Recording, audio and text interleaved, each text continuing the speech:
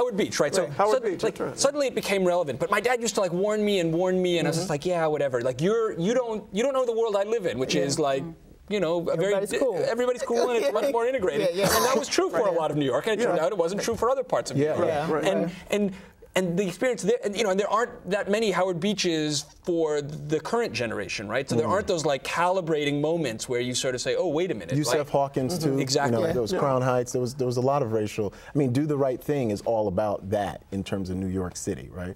For another generation. So for people who just joined us on the web, we were just saying in the break, transitioning, that what is needed is some connecting of dots, and Omar is very passionate about us creating institutions that are going to allow us to do the elucidation, the education that Philip would like for us to see, and for us to lift up communities as Peniel and Kim would like for us to do. And there's nothing stopping anybody. And as Peniel has made the point, that when Carter G. Woodson put Negro History Week in place, it was not to be an official thing. It was for us to internally, as a community, celebrate our achievements and lift those up. So we can return to that at some point. Right. So speaking of looking at current Black history, Whitney Houston died a week ago, and she will be funeralized tomorrow in New Jersey. Governor Chris Christie has asked for the flags to be flown half-staff.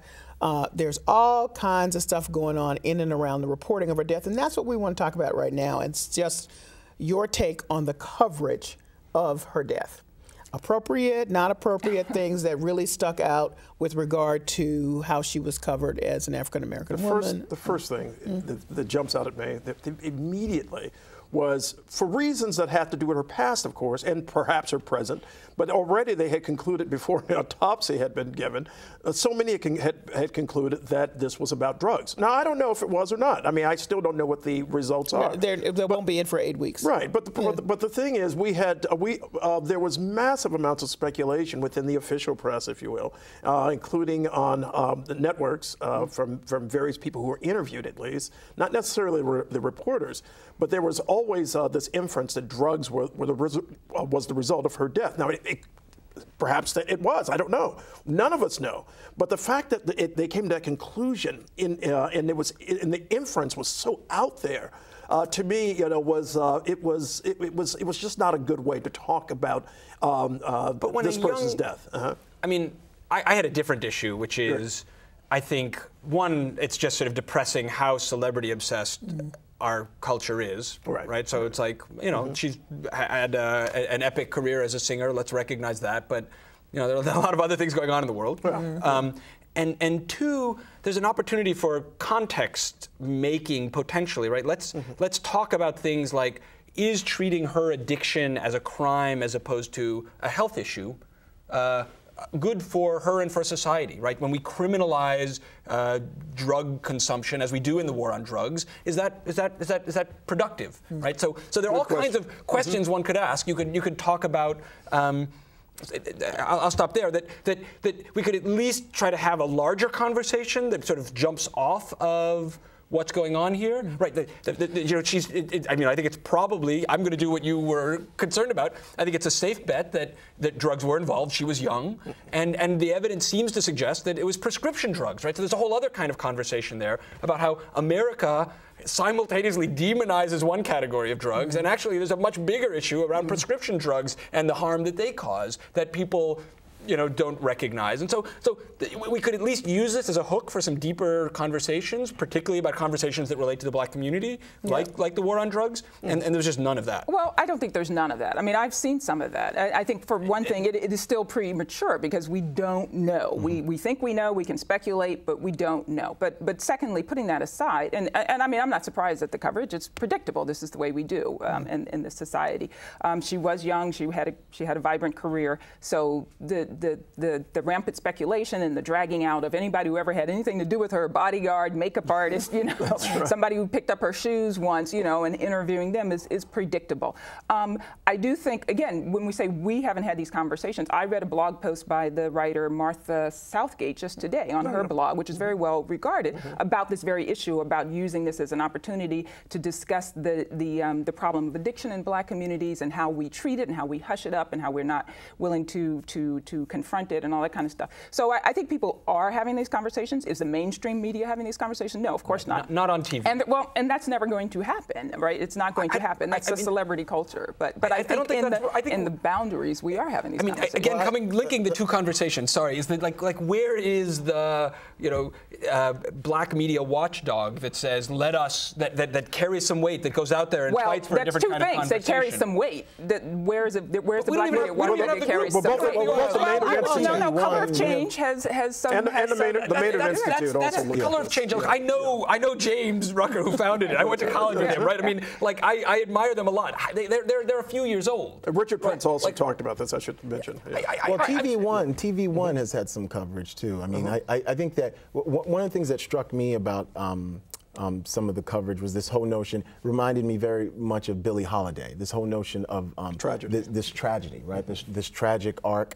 When we think about connecting this to the drug trade and all these different things, I think the biggest thing that we don't talk about in terms of celebrity culture is the way in which, whether we want to call it Hollywood or that specific lifestyle, both makes and breaks these people, and has a very, very specific impact at times on women, has very specific impact on families, because one of the things that has gone on in that family is that the daughter that she's had, Bobby Christina, has also had her own run-ins too. So you can, the biggest thing I got from the story was how vulnerable Whitney Houston was. You know, this is this big singer who's gotten through all these different problems, but at the end of the day, she was just very, very vulnerable. And you really didn't see, you know, a lot of people who cared for her. You heard that Clive Davis was paying her bills at the Beverly Hilton.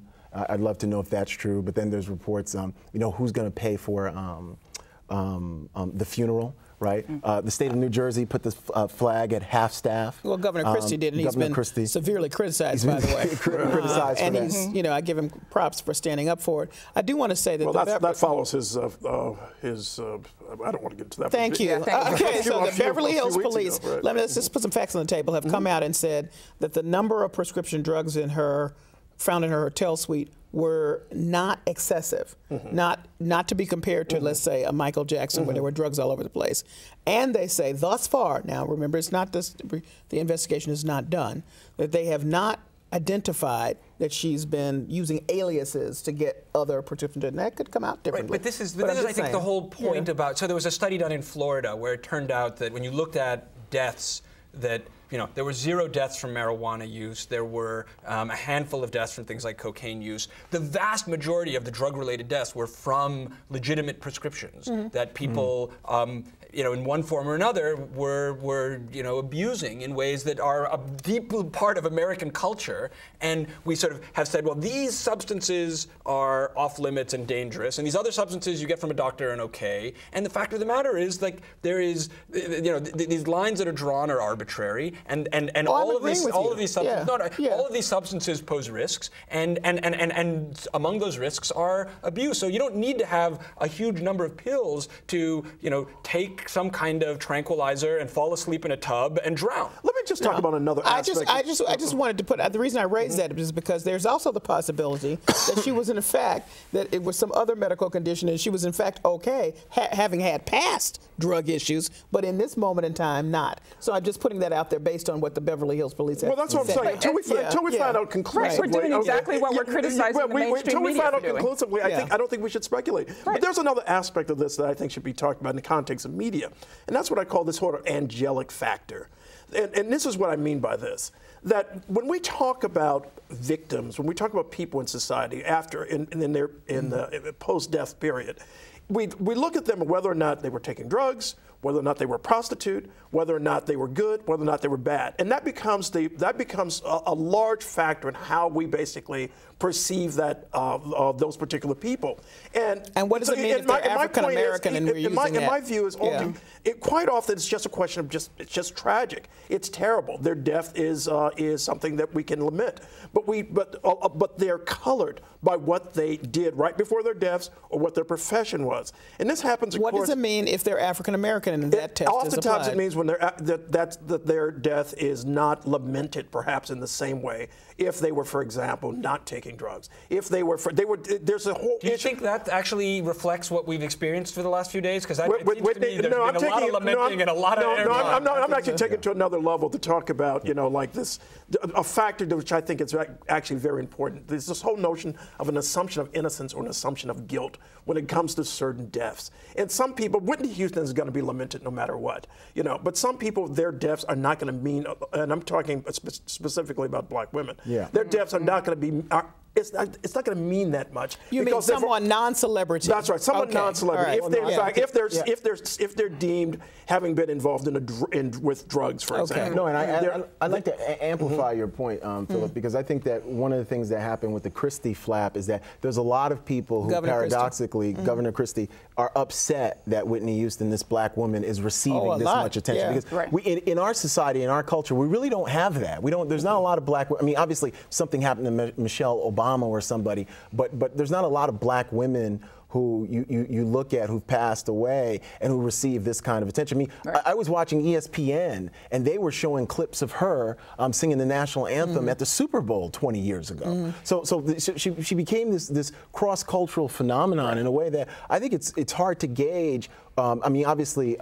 We've seen big-time black women pass, but receive this kind of adulation despite her problems with drugs. I mean, in a way, it sounds like this is So I worked for a cable news program years ago, and there was a gallows humor in the studio, which was, if they're dead, we're live.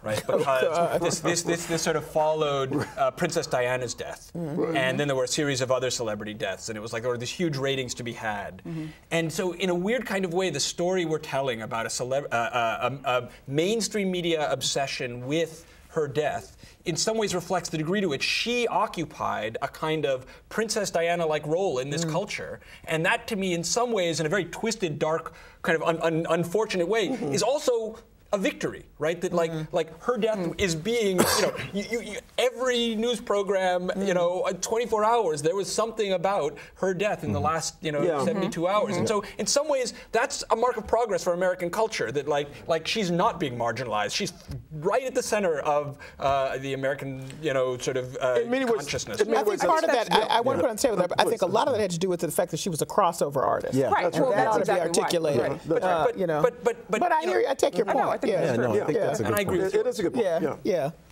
I mean, you were going to say? No, all of a sudden I'm just thinking, certain individuals come to mind. Of course, Billie Holiday didn't get this type of adulation until, my 30 years after her death, and so on and so forth. It was all postscript. I mean, so yeah, there's something to be said about that point. Well, she definitely was. Billie Holiday was not a crossover artist either. No, no. In retrospect, she's crossover. Right. But we also had a less media-driven society less media at that point. society. I think your point is correct. On the other hand, Amy Winehouse got this kind of attention when she died, and she was a wonderful artist too, but she was much younger. Her career was much shorter. Some of this is just feeding the beast. But I do think it's Winehouse didn't get this kind of attention because it was different. It was a different level. Remarkable in terms of the level of consistent play on all the networks. This is Michael Jackson attention. Yeah. I think Michael Jackson. So I don't think we've had a black woman who's passed away. Get this kind of attention. Well, I think, but you alluded to it, and I don't think we should pass over the fact that. Did you want to add to that? No, I was just wondering, had she lived to 70 and passed away, would she have gotten this kind of attention? It's interesting. Still being Whitney Houston, her transformative career, but is the attention as much about the? It's about tragedy. But she had to, be double platinum 20 times. She's touched a lot of people with her music, and that's why she's able to command the kind of. That's right. And when you hear those 5 octaves, that's also memory. All of a sudden you're engaged, like in that moment that was Whitney Houston, and you're thinking about her not in her drug stage. But that pre-drug stage. You're thinking about her again. It's more of that past angelic figure of Whitney Houston, as opposed to the tragic Bobby Brown, drug period of Whitney Houston. I really do think that the music has a lot to do with it. When you hear that voice, it takes you back. But the crossover is very important here. Yes, but it's also a nice. What's interesting, at least for the media industry and for Hollywood and corporate America, it's also a nice bow on the end of the story. And this is in a very cynical way, but you can tell there's going to be a movie. There's a screenplay here. There's books the here. Rise and Fall of Whitney Houston. There's a narrative. Yes. She dies at 48. There's the beautiful young 21, 22. She was 1985 is when Whitney came out, and I remember being in high school, and I wasn't even in high school. I was in junior high when that came out, and everybody loved it. It was Whitney and Sade. People loved it, and so the narrative goes from there. Clive Davis discovering her, right? Her mom, right? Sissy Houston, Aretha Franklin is part of this. Dionne Warwick is part of this. Hollywood is about to call for you. That's right. I want to pick up on a different issue, which is that I think one thing that also hasn't been touched on, but we see again and again, is the degree to which in the black community, even when people are incredibly successful, you're one relative sibling away from something that is that befalls the working class at really high rates. And so it's like there's a level of tragedy that is always 1 degree away at a much higher rate in the black community than in the white community. Absolutely. And and that's not directly her story, but it's just we see but I mean in the way that she gets kind of we see versions of that again and again in the black community. That somebody like Bill Cosby or somebody like Queen Latifah or Jennifer Hudson. And I think there's just a level of violence and tragedy that is endemic to black life that is not that is a significant disparity between what we experience in black America and white America. Absolutely. And that's not something that is. I think there's an opportunity to have a conversation about that. I think it's also true that back to the whole how do we shape the narrative around a person like this. There are other ways in which people want to add to the stereotype. So to your point that you heard Clive is paying her hotel bill. I don't know if that's true or not. Yeah. But again, the latest information about her will is that she had plenty of money. Now, Tyler Perry, I think as a courtesy, flew the family on his private jet and her body from L.A. back to New Jersey. Yeah. But I'm not certain that was because... I've heard different stories. I don't know, but I'm just saying. People were saying she was broke. My point is this, does that play into the stereotype? That's my point. I think what's interesting is the stereotype. We've talked about the good, and Omar has made that point. But the bad is this notion that Whitney becomes a crackhead. Bobby Brown, Bobby Christina, this notion of black pathology, no matter how successful you become. If you're African American, pathology is like right out the front door. Whereas the white community, at least in the mythology, there's so many different buffers and layers, right? So maybe somebody's taking just prescription drugs and not smoking crack cocaine, right? And remember Whitney on Oprah, one of the things that the movie would have, or at least my screenplay, would have the whole thing. Crack is whack on Oprah, because that's a real iconic moment, because you can see her, she's losing it, she's slipping. But she also said to that, I make too much money to smoke crack. And even the story. I mean, in some ways this is just sad and tawdry. But even the story. I hope the story, when you write it, Peniel, is presents her as a much more. Probably, I mean, I don't know, but a complex person. I mean, even the narrative that she was a princess until Bobby corrupted her. Yes. It seems to me, I don't know, but it seems to me too simplistic, and in some ways, diminishes her own agency, right? In her life and her decisions. She, she was a girl from East Orange, originally Newark. She was not. Of course, she was very carefully shaped by Clive Davis, and her image was very carefully shaped by Clive Davis in order to appeal to the crossover audience. But we have to suspect that she was much more complicated and much more complex, as we all are, and in the end, fully human. And that's all we can say about her. Well, in terms of an American story and being an American cultural icon, as we've been discussing how we separate sometimes or segregate or feel that we do, it is interesting to me that there's whole bodies of people that really only related to her through the Star Spangled Banner. And that's why ESPN would be playing that song. Right, absolutely. Because in terms of her crossover appeal, I mean, or the Bodyguard. ESPN is playing that song because Well, I they're know getting that. great ratings. All right, Omar, but I'm saying, but there's whole agree. audiences that just only know that. And it was Yeah. a Or The great Bodyguard, source like of, you're saying. it was Yeah, a that's great a big source of hit. pride for Yeah. America because remember we're going to war. Yeah. So she sang that song, and as Randy Jackson would say on American Idol, with no pitchiness, all the way on pitch the whole time, Yeah. and lifted up a whole nation. Yeah. And so there's a lot of, there's a lot more to the story whenever you write it, Peniel, and we will wait for that. I thank you all for your insight into this conversation about Did she meet Whitney Stokely? Houston. I don't know if she might. Thank you, Philip. Thank you, Peniel, budding screenwriter. Thank you, Omar. And thank you, Kim. Thank you, Kelly. I don't know if she meant Stokely. Yeah. Now that would be a story. I can see Peniel's screenplay now. I know. Whitney meets Stokely. But there's what's interesting, Hollywood is definitely going to make that movie. You look yeah. at something like The Help, which makes over $100 million, obviously.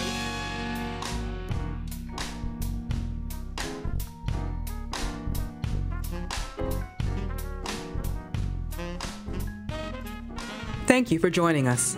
Basic Black returns with a new conversation, Friday, February 24th at 7:30 p.m.